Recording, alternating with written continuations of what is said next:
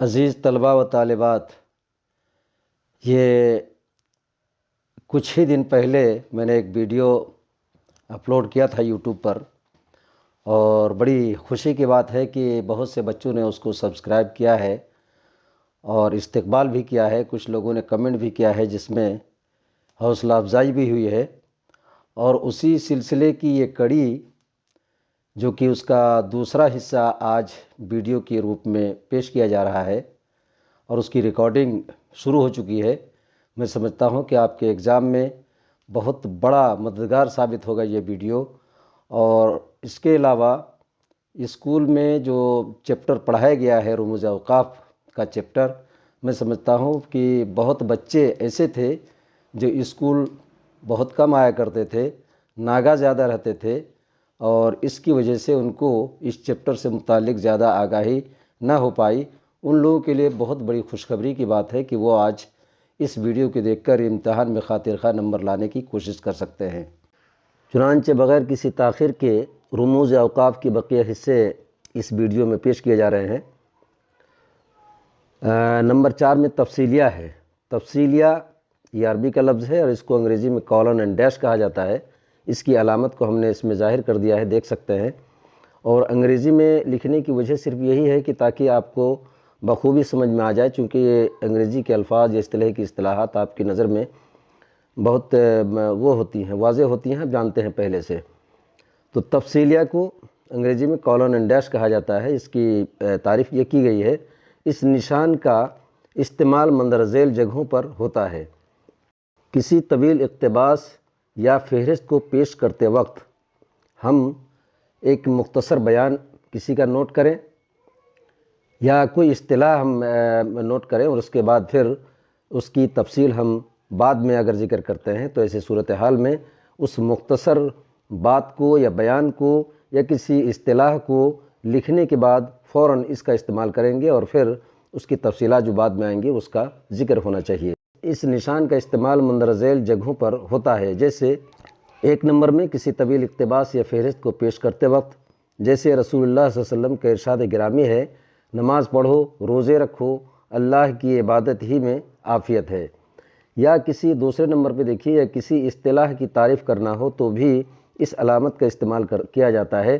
جیسے اسم کی تعریف ہم استعمال کریں تو پہلے اس لفظ کو ہم نے استعمال کیا، لکھا، اس کے بعد اس علامت کا استعمال کیا اور اس کی تعریف آ رہی ہے، جیسے اس لفظ کو کہا جاتا ہے جس سے کوئی شخص، جگہ یا چیز ظاہر ہو۔ اس طرح سے ہم کالن اینڈ ڈیش کا استعمال اختصار کے ساتھ اگر بتایا جائے تو 2 جگہ اہم ہیں، اس کا ذکر کر دیا۔ 5 نمبر پہ ہے خاتمہ۔ خاتمہ کے لیے بہترین لفظ کا استعمال کر سکتے ہیں آپ۔ فل اسٹاپ کے لیے وقف کامل۔ وقف کامل، کہیں ختمہ لفظ استعمال کیا ہوا ہے کسی کتاب میں، تو وقف کامل بہترین لفظ ہے کو فل اسٹاپ کے معنی کو ادا کرنے کے لیے۔ فل کے لیے ہو گیا کامل اور وقف اسٹاپ۔ اس طرح سے آپ سمجھ سکتے ہیں کہ خاتمہ، وقف کامل یا ختمہ، اس کے لیے انگریزی لفظ فل اسٹاپ آتا ہے، اور اس کی نشانی اردو میں ڈیش کی طرح، چھوٹے سے ڈیش کی طرح ہوتی ہے۔ یہ علامت جملے کے خاتمے پر لگائی جاتی ہے، جملہ کے اختتام پر یا ختم ہونے پر لگائی جاتی ہے۔ جیسے آج بارش ہوئی، ہم نے فل اسٹاپ استعمال کر لیا۔ گرمی کا اثر کم ہوا، اس طرح سے یہاں بھی ہم نے فل اسٹاپ کا استعمال ہوا کے بعد انگریزی مخففات کے بعد بھی اس علامت کو استعمال کیا جاتا ہے۔ انگریزی مخففات کا مطلب ہوتا ہے شارٹ فارم۔ شارٹ فارم اگر ہم نے استعمال کیا انگریزی لفظ کے، تو ایسے صورتحال میں ان شارٹ فارم کے بعد بھی ہم اس علامت کو استعمال کرتے ہیں۔ جیسے آئی اے، اسی طرح سے ایم اے، تو ہم نے ایم اے کے بعد اور اے کے بعد، اسی طرح سے آئی کے بعد، اے کے بعد ہم نے استعمال کیا ہوا ہے۔ اس سے آپ اندازہ لگا سکتے ہیں، بخوبی آپ کو پتہ چل جائے گا کہ یہ فل اسٹاپ کا استعمال کن جگہوں پر کیا جا سکتا ہے۔ نمبر 6 میں سوالیہ نشان ہے۔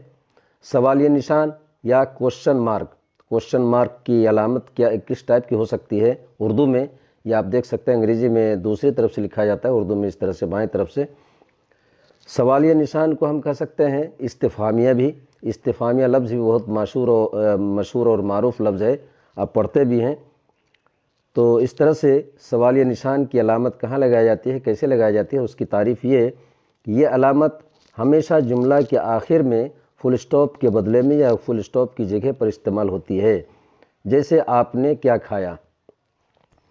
یہاں یہ بات ظاہر کی گئی ہے، یہ فل اسٹاپ کو استعمال کیا گیا ہے ان جملوں میں جہاں سوال نہیں ہوتا، اور ایسے جملوں میں اس علامت کو یعنی سوالیہ کو ہم استعمال کرتے ہیں جہاں جملے سے سوال پوچھا گیا ہو، کوئی بات دریافت کی گئی ہو، اس طرح کا معنی ظاہر ہو رہا ہو، تب اس کی جگہ پر فل اسٹاپ کی جگہ پر ہمیں سوالیہ نشان کا استعمال کرنا ہے۔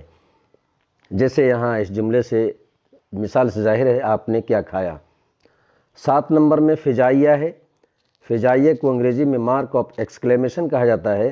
اس علامت کو کیسے اور کہاں استعمال کیا جاتا ہے اس کی تعریف سے واضح ہو جائے گی بات۔ یہ علامت خوشی، غم، تمنا، حسرت، ندا، قسم اور دعا کے اظہار کے لیے استعمال ہوتی ہے۔ اس کو تھوڑا سا تفصیل سمجھنے کی کوشش کریں۔ کوئی ایسا جملہ ہے جس میں خوشی کا بیان ہو، خوشی ظاہر کی گئی ہو، غم، دکھ اور پریشانی کا اظہار کیا گیا ہو، تمنا، خواہش، حسرت، افسوس، ندا، کسی کو پکارے جانے کی بات ہو، قسم کھانے کی بات ہو، یا دعا کیے جانے کی بات اس جملے سے ظاہر ہو رہی ہو، تو ایسی صورتحال میں ان جملوں میں، اس طرح کے تمام جملوں میں علامت فجائیہ کا استعمال کریں گے یا مارک آف ایکسکلیمیشن کا استعمال کریں گے۔ تو اس طرح سے آپ نے اگر کہا کہ واہ واہ کیا بات ہے، تمہیں بہت مبارک ہو، تو اس طرح سے ایسے جملے کے بعد اس علامت کا استعمال کرتے ہیں۔ یہاں مثال دی گئی ہے مبارک ہو اے لڑکو۔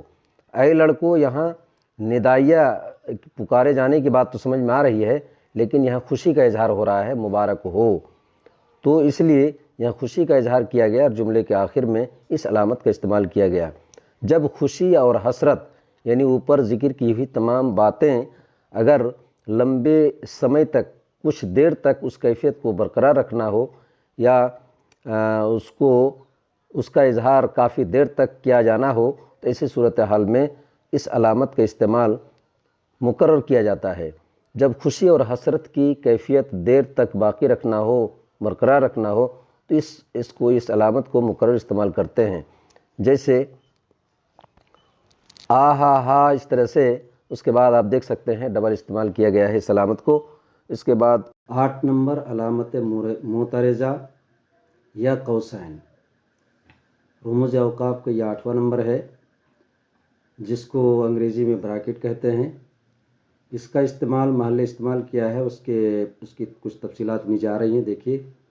کسی خاص جملہ یا لفظ کی وضاحت کرنی ہو اور اس کو الگ جملہ میں استعمال کرنا مناسب ہو، تو اس کی وضاحت کرنے والی عبارت، جملہ یا لفظ کو قوسین کے اندر لکھا جاتا ہے۔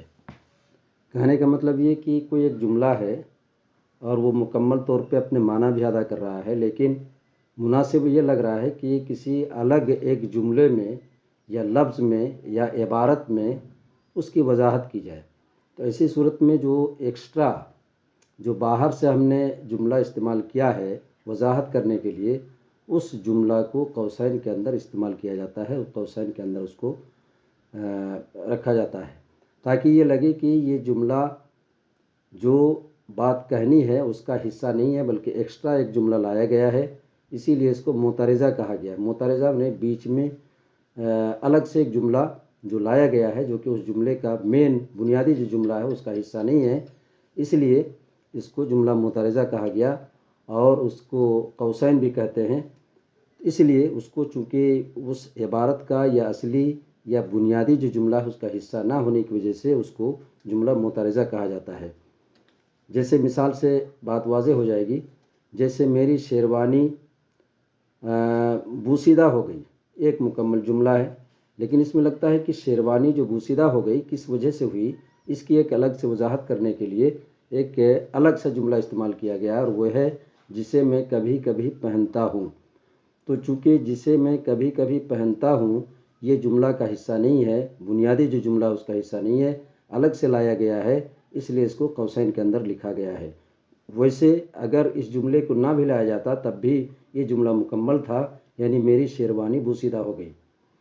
اور نمبر شمار کو بھی قوسین کے اندر لکھا جاتا ہے، جیسے الف ہے، کسی کتاب میں آپ نے دیکھا ہوگا الف، با، جیم، دال وغیرہ، تو یہ بھی نمبر شمار ہوتا ہے، اس کو لیٹر میں لکھا جاتا ہے، اور 1 2 3 وغیرہ جو لکھتے ہیں نمبر شمار کے طور پر، تو اس کو بھی قوسین کے اندر لکھا جاتا ہے۔ 9 نمبر اس میں جو آخری نمبر ہے علامت منقولہ یا واوائن، اس کو انگریزی میں انورٹڈ کاما کہا جاتا ہے۔ اس کا استعمال کہاں ہوتا ہے، اس کا محل کیا ہے، اس کی مختصر تفصیل آپ دیکھ سکتے ہیں۔ جب کسی کی بات کو بغیر کسی تبدیلی کے اسی کے الفاظ میں دہرانا ہو تو یہ علامت لکھی جاتی ہے۔ جیسے احمد نے کہا میں کلکتہ جا رہا ہوں، احمد کی ہی الفاظ میں کلکتہ جا رہا ہوں، اس میں کسی بھی طرح سے کوئی تبدیلی نہیں کی گئی ہے، بیانی ہی اسی کے الفاظ کو اس میں لکھا گیا ہے، بولا گیا ہے۔ ایسی صورتحال میں یہ انورٹڈ کاما کا استعمال کیا جائے گا، میں کلکتہ جا رہا ہوں، جس طریقے سے اس کے دونوں طرف آپ انورٹڈ کاما یا علامت منقولہ واوائن کا استعمال کیا گیا ہے۔ لیکن اگر بولنے والا کسی کی بات کو اپنے الفاظ میں بیان کرے تو ایسی صورت میں قوسین کے بجائے کہ بیانیے کا استعمال کیا جاتا ہے۔ جیسے احمد نے کہا کہ وہ کلکتہ جا رہا ہے، اس جملے میں آپ دیکھ سکتے ہیں کہ احمد نے کہا تھا جو اسی کے الفاظ تھے، اس میں کچھ تبدیلی کی گئی ہے اور یہ کہا گیا ہے کہ وہ کلکتہ جا رہا ہے، یعنی بولنے والا اپنے الفاظ میں اس جملے کو دہرا رہا ہے۔ اس لیے ایسی صورتحال میں کہ کا استعمال کیا گیا انورٹڈ کاما کی جگہ، اور کہ کا استعمال کرنے کی صورت میں انورٹڈ کاما کا استعمال نہیں کیا جاتا۔ اس کو آپ انگریزی میں ڈائریکٹ اسپیچ اور انڈائریکٹ اسپیچ کی صورت میں یا اسی تناظر میں دیکھ سکتے ہیں کہ جس طرح سے ڈائریکٹ اسپیچ میں انورٹڈ کاما کا استعمال کیا جاتا ہے اور انڈائریکٹ اسپیچ میں اس کو ہٹا کر دیٹ کا استعمال کیا جاتا ہے، تو اردو میں دیٹ کی جگہ پر کہ کا استعمال کیا گیا اور انورٹڈ کاما جس کو علامت منقولہ کہا گیا ہے اس کا استعمال ڈائریکٹ اسپیچ میں کیا گیا ہے۔ اس طرح سے یہ 9 نمبر پورے ہو گئے اور یہ رموز اوقاف کا یہ جو سلسلہ تھا اختصار کے ساتھ بیان کیا جا چکا۔ میں سمجھتا ہوں امتحان میں بہت زیادہ مفید ثابت ہوگا، اس کو بار بار دہرائیں اور کسی بھی طریقے سے کوئی اگر پیچیدگی ہو تو آپ اس سلسلے میں مجھے انفارم کریں۔ شکریہ۔